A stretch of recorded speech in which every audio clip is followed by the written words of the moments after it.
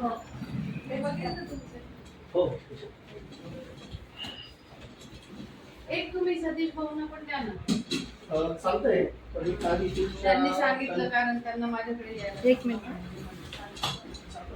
त्यांच्याकडे जाऊ तुम्ही काय अडचण? आपण सुरू केलंय ना.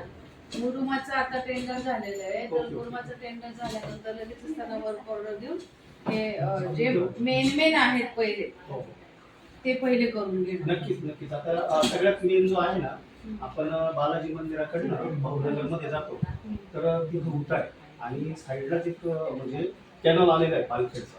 तर काय होतं, एखादी लेडीज आता गाडी चालवण्यामध्ये एवढी माहिती नसते तर भीतीही वाटते की अनाईसे एखादा मुलगा तिच्यासोबत असतं आणि शाळा आहे त्या बाजूला, त्यामुळे काय होतं ती गाडी लेडीज जास्त करतात. भूषणला बोलवायचं. तर ते अपघात नको व्हायला आणि खूप मोठी लेडीजसाठी गाडी चालवायला तिथं प्रॉब्लेम. साईडला ते पाटाच्या बाजूला भिंत पण नसल्यामुळं पूर्ण मोकळे आहेत ते. भिंत आहे, समजा जर बॅनेज जर गेला तर ती व्यक्ती त्या पाटात जाऊ शकते. आपण रोडवर वगैरे टाकून व्यवस्थित जर केलं आणि बालाजी मंदिर वगैरे त्यानंतर चिंचखेड रोडला बराच प्रमाणात खड्डे आहेत. सगळीकडचेच करायचे करायचे. काही निधी नव्हता, निधी आल्यानंतर लगेच कारवाई केली. ओके. आणि अजून एक मॅडम की गेल्या काही दिवसांपूर्वी आपला जो 7 कोटी डम्पिंग ग्राउंडचा जो निधी मंजूर झाला त्या संदर्भात आपली काय प्रोसेस अजून ते डम्पिंग ग्राउंड आहे तर ते प्रत्येक वेळेला हे व्हिडिओ शूटिंग करायचं कशासाठी? मला प्रॉब्लेम काही नाही. आता ते नॉर्मल गोष्टी आमच्याशी बोलतायत ना, तक्रार वगैरे तर काही घेऊन आलेले नाहीये. करावं लागतं. असं कुठे लिहिलेलं आहे की करावं लागतं म्हणून? आम्हाला आम्ही डिस्टर्ब काम तर आम्ही करतोच आहे रोज. ठीक आहे ना मॅडम, असू द्या, त्याचा काही प्रॉब्लेम येत नाही आपल्याला. प्रॉब्लेम येत नाहीचा प्रश्न नाहीये. तुम्ही एकटेच ही सगळी प्रोसिजर करता, बाकी कोणी असं करत नाही. कारण कोणीही तक्रार घेऊन आलं तर त्या तक्रारीचं निरसन करणे हे आमचं जॉबच आहे. आपण मग ती तक्रार हीच आहे का याचं व्हिडिओ शूटिंग काढायचं कारण आता मी सांगतो तुम्हाला. गेल्या 1 महिन्यापूर्वी मी तुमचे जे नगरसेवक आहेत 9 आणि 10 नंबर वार्डातील त्यांना सांगितलं, पण ती प्रोसेस आतापर्यंत झाली नाही.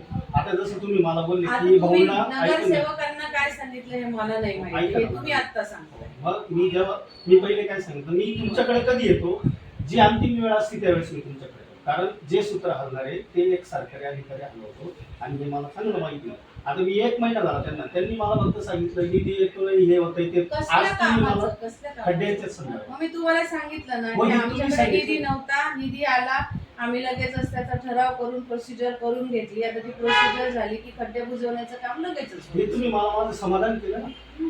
नगरसेवकांनी हे समाधान नाही केलं ना, म्हणून तुमच्याकडे येऊन हे बोलायचंय. आता दुसरी एक तक्रार अशी की 7 कोटी आपले जे डम्पिंग ग्राउंड साठी मंजूर झाले त्या संदर्भात अजून पुढलं पाऊल उचललं गेलं ही मला माहिती मिळेल. आता 7 कोटी नाही आहेत फक्त, ते टोटल 14 कोटी मंजूर झालेले. एक जुन्या कचऱ्यावरची प्रक्रिया याच्यासाठी मंजूर झालंय आणि एक नवीन घन कचरा व्यवस्थापन केंद्र. आता जुन्या कचऱ्यावरची जी प्रक्रिया करायची आहे त्याच्या प्रशासकीय मान्यतेला स्वच्छ भारत अभियानकडे गेलेला आहे प्रस्ताव. आणि दुसरं घन कचरा प्रक्रिया केंद्र जे आहे त्याचा ना डीपीआर बनवायला लागतो आपल्याला. तो डीपीआर आता बनवून आम्ही एमजेपी कडे टीएस साठी सबमिट केलेला. हे जे समाधानकारक उत्तर आहे ना, ही माहिती आमच्याकडेच असणार ना. नगरसेवकांना प्रत्येक वेळेला मग आता हे काय होतं माहिती का, ज्यावेळेस आता व्हिडिओ पब्लिक होईल ना हा व्हिडिओ, त्यावेळेस तुमची प्रतिमा स्वच्छ असते मॅडम आणि ती लोकांमध्ये जाते. आम्ही लोकांसाठीच बसलेलो आहे, आम्ही कुठे स्वतःसाठी बसलो. इतर जी लोक असतात ना ती काय करतात, बाहेर ती शब्द तुमच्या कानावर येतील, परंतु मला जनता आणि प्रशासन या दोघांचा भूमध्य साधायचा आहे की तुम्ही पण काम चांगलंच करता. मग का अशा अफवा उठवल्या जातात की मॅडम काम करत नाही किंवा एखादा नगरसेवक तो काम करत नाही आणि हा त्याचा दुवा आहे. मॅडम काम करत नाही हे जे कोणी म्हणणारे असतील ना तर त्यांनी ना थोडस ना लक्ष द्यावं की मी जॉईन झाल्यापासून 9 महिन्याच्या कालावधीमध्ये 2 आचारसंहिता लागून गेल्या. समजा 3 ते 3.5 महिने त्याच्यामध्ये गेलेले. ते कालावधी वगळता सुद्धा मला नाही वाटत की कुठल्या नव्याने स्थापन झालेल्या याच्यामध्ये एवढी कामं झाली असतील. तुम्ही काय सांगता, आता तुम्ही ते 14 कोटी म्हणतायत, अजून 66 कोटी मंजूर होऊन आले. आणि त्या एका मीटिंग ते त्याच मीटिंगच्या ज्या मीटिंगला मी आणि चेतन बिडवे गेलो होतो. Thank you. स्वच्छ भारत अभियानची मीटिंग आहे. त्याच्यामध्ये 2 रिपोर्ट आम्हाला सीसॅप आणि सीस्वॅप भरायचे असतात. त्याच्यामध्ये आपल्या नगर परिषदेची जी रिक्वायरमेंट आहे ती सगळ्यांची चर्चा करून भरली. त्याच्यात पहिल्या टप्प्यातला 14 कोटीचा मंजूर झाला, दुसऱ्या टप्प्यातला 66 कोटीचा भुयारी गटार आणि एसटीपीचा मंजूर झालाय. बघा बरं मॅडम, या व्हिडिओमुळे या सगळ्या गोष्टी जनतेपर्यंत पोहोचणार, या पोहोचत नाही आणि बाकीचे लोक ते वेगळं पोहोचवतात. आणि माझी तळमळ काय आहे, जसं काय होतं हेच बघा, मी तुम्हाला ते व्हिडिओचं कारण पण सांगून दिलं तर काय करता, तुमची स्वच्छ प्रतिमा, माझी स्वच्छ प्रतिमा आणि जनतेला जी आक्रोश आहे तो कमी होतोय ना, की मॅडमने आज एवढा समजा भाऊ असतील, आक्रोश असेल, त्यांची कोणाची तक्रार असेल इथे तुम्ही येऊन सांगा आम्हाला. हो असं होत नाही की इथे आल्यानंतर तक्रार सॉल्व्ह केली जात नाही. म्हणून तर मी येतो तुमच्याकडे. तुम्ही मला आता काही नाही सांगितलं नाही, की भाऊंना जनतेचं भेटा. पण तुम्ही म्हणताय ना की हो. काही जनतेचा आक्रोश वगैरे, तर त्या आक्रोश करणाऱ्यांनी इथे यावं, इथे सांगावं. नक्कीच. माझ्याकडे कर्मचारी अधिकारी वर्ग सुद्धा अपुरा आहे. 25च्या हो. ठिकाणी 5 लोक काम करतात. बरं 5च्या ठिकाणी सुद्धा एकाच विभागातले 3 लोक आहेत. अच्छा.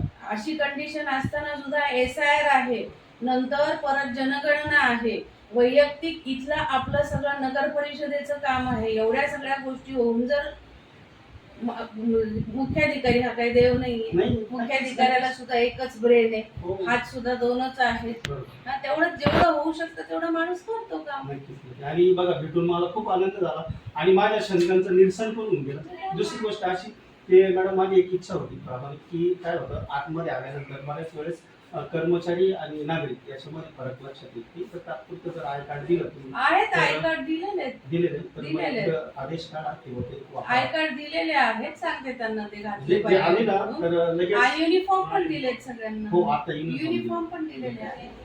Thank you madam.